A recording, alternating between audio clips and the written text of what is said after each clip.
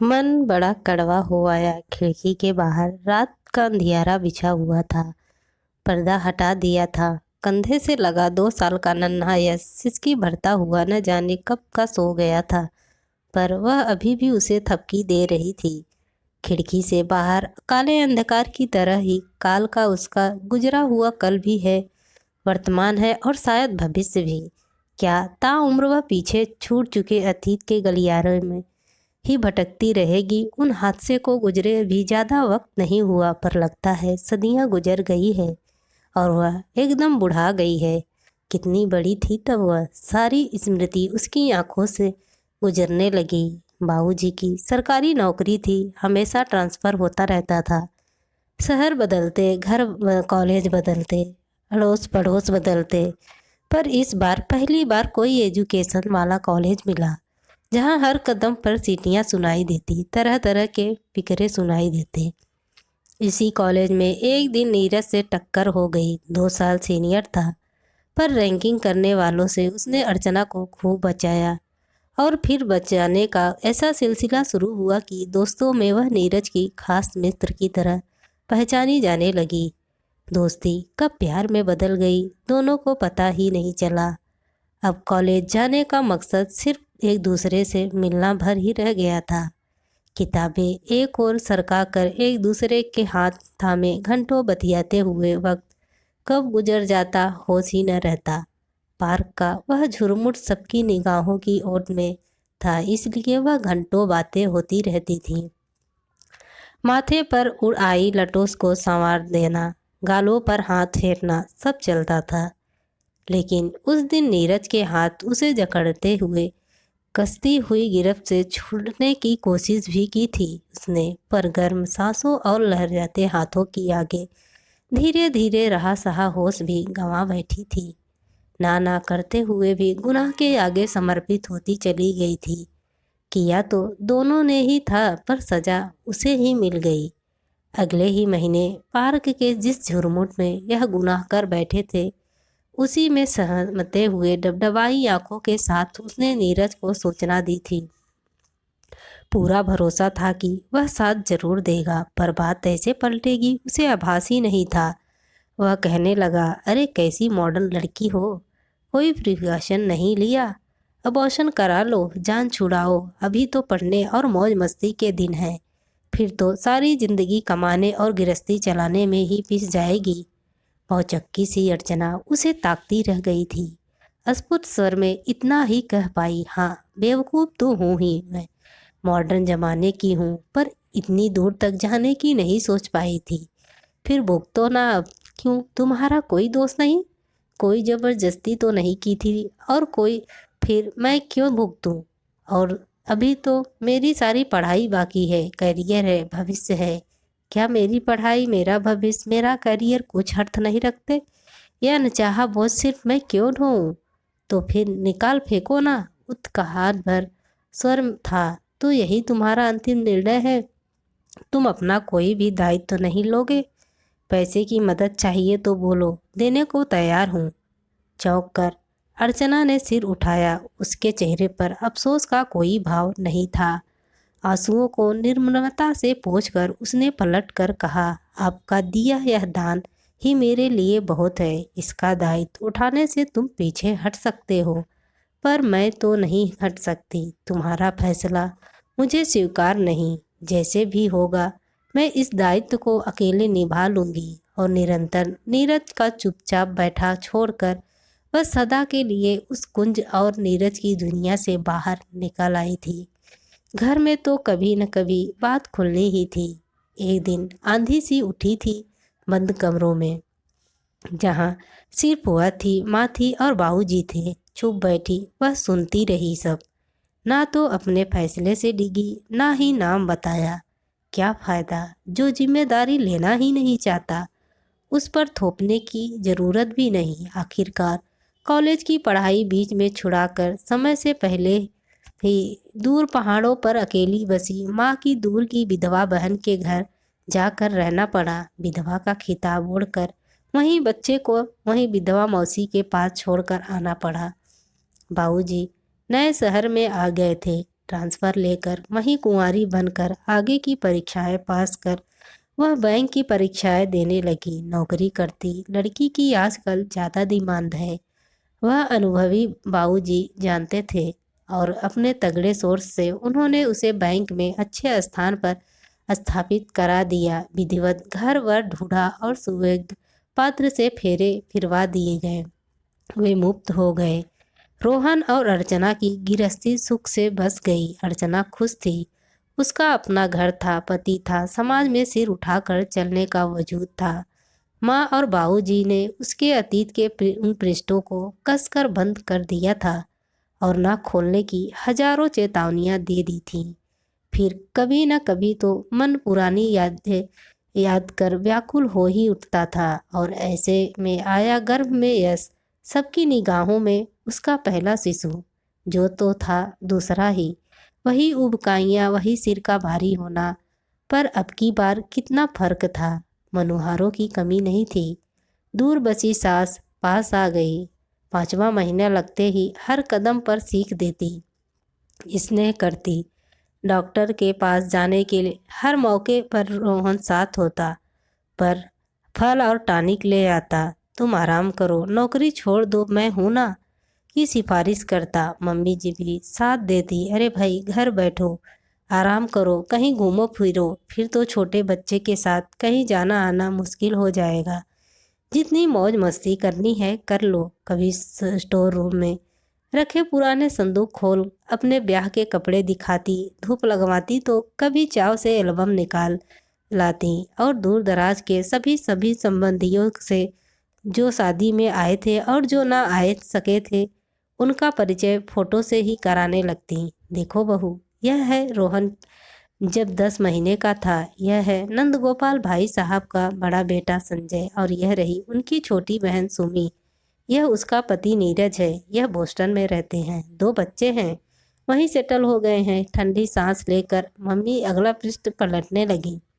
नीरज का फोटो देखकर धक्सी रह गई। अर्चना बाहर आ गई, लेकिन यह सोचकर कि इतनी दूर बसा ब्याह अब यहाँ क्या पलट कर आएगा, उसने खुद को सांत्वना दी।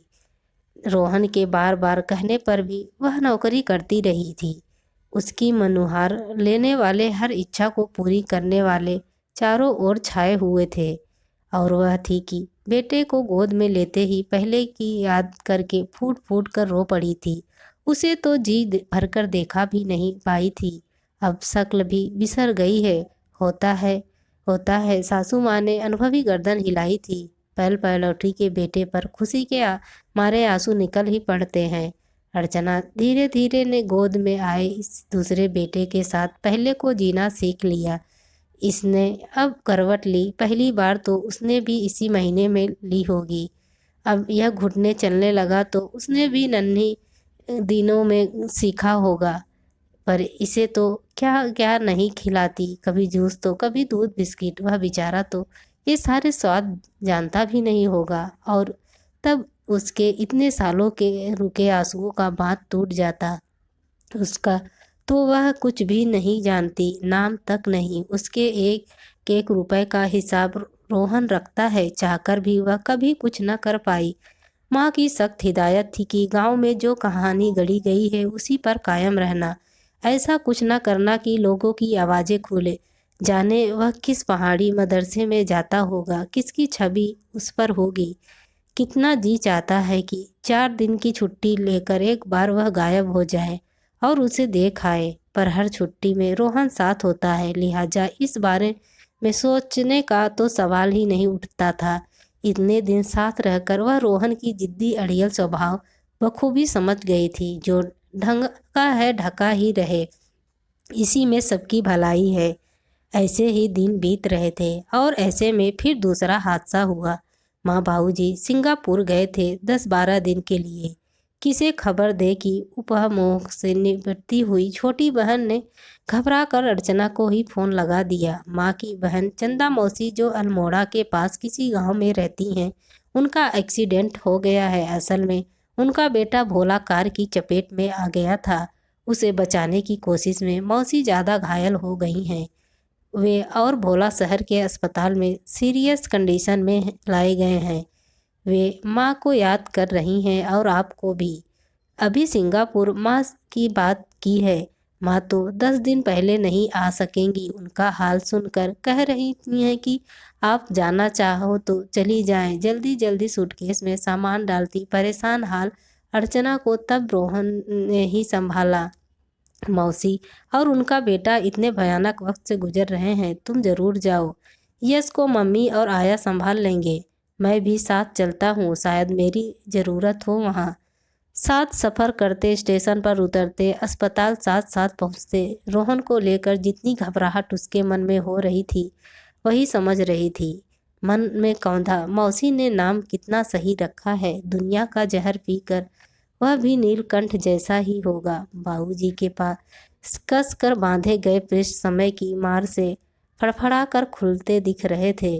स्टेशन से सीधे अस्पताल ही पहुँचे।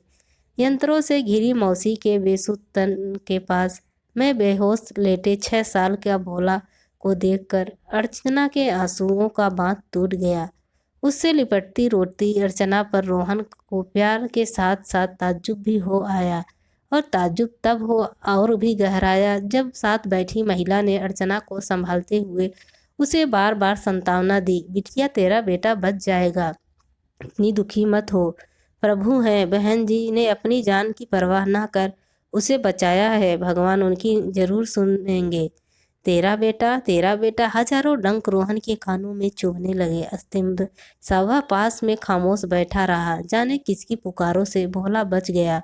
अगली सुबह मौसी को भी होश आ गया। रोहन ने मौसी के होश आते ही पहला सवाल पूछा, मौसी यह भोला किसका बेटा है? भगवान के दरवाजे पर जाती जाती मौसी चुप ठिठक गई। झूठ बोला नहीं जा रहा था और सच कहे कैसे? रोहन भोला मेरा ही बेटा है। अर्चना ने आखिरकार सच्चाई बता ही दी। तुम्हारा शंका को सच का बाना मिल गया। रोहन के मन में उठती हुई आंधी बवंडर का रूप ले लिया।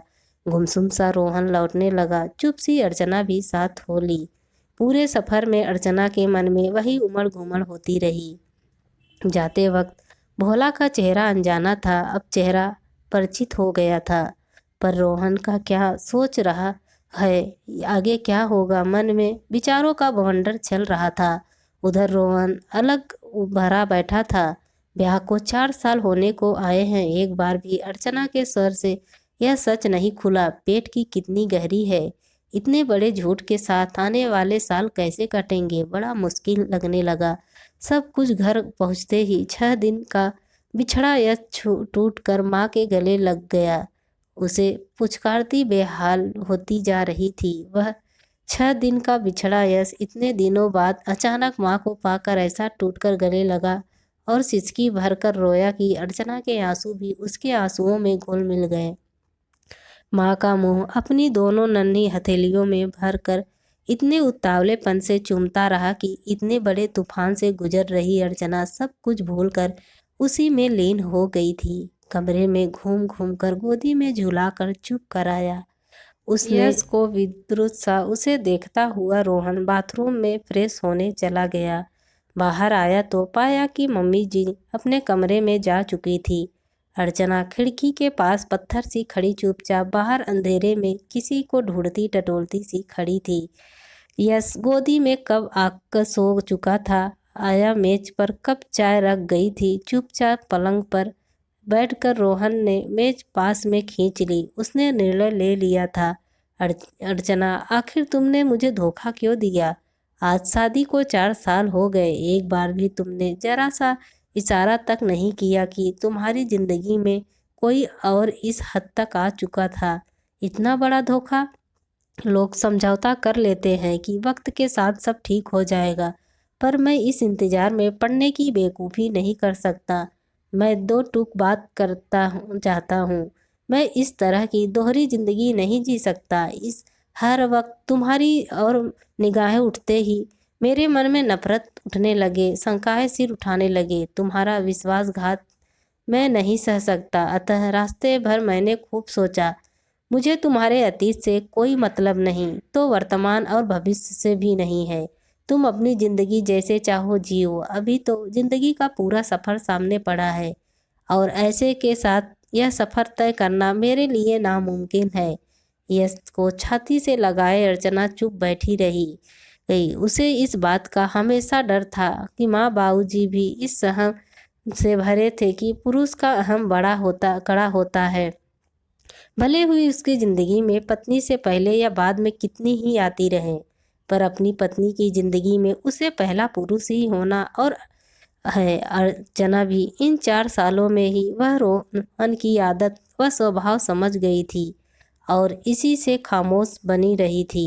पर भेद ऐसे खुल जाएगा किसे पता था। सच्चाई पता चलने पर एक बार राहत की सांस आई थी। लगा था पत्थर सा बोझ छाती पर से हट गया है, पर रोहन का गंभीर होता चेहरा देख देख कर वही बोझ चौगुना बढ़ रहा था। अब इन दो टूक बातों के आगे गुनमार की क्या गुंजाइश है। क्या पांव पकड़ कर रोने पर भी माफ़ी मिलने की उम्मीद है। ठंडी सांस से बदन सिहर गया। सिर उठाकर उसने पूछा, यह हादसा मेरी जिंदगी में क्यों हुआ? किसने किया? इस सब से तुम्हें कोई सरोकार नहीं है? शायद तुम्हारी निगाह में मैं अपवित्र झूठी मक्कार हो गई। तुम्हारे लिए मुख्य बात यह हो गई है कि तुम अब मेरे साथ जिंदगी नहीं बिता सकते। जो यह तूफान मेरी जिंदगी में लाया है वह हराम की जिंदगी जी सकता है, सिर्फ इसलिए कि वह पुरुष है।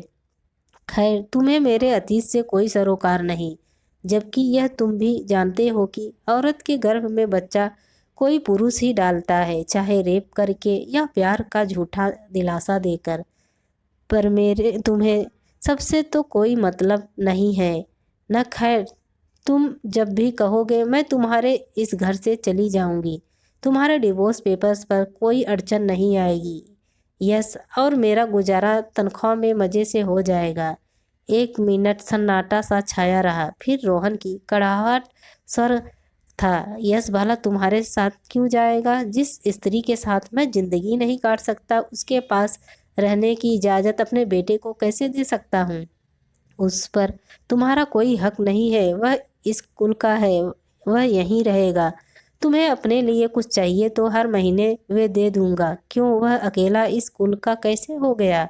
पैदा तो उसे इसी कुल की इस अपवित्र मक्कार बहू ने किया है। तुम्हारा उस पर क्या हक है? तुमने तो 2 क्षण का आनंद भर लिया था, जो अपना योगदान दे गया, पर सारी तकलीफें तो उसके पेट में आने के बाद से मैंने ही झेली है, और आज उस पर मेरा हक ही नहीं रहा।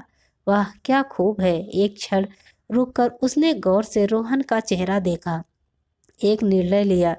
पता है तुम्हें भोला किसका बेटा है? सुन लो आज तुम भी। तुम्हारे ही चचेरे बहनोई नीरज ने मुझे यह सौगात कॉलेज के दिनों में दे दी थी।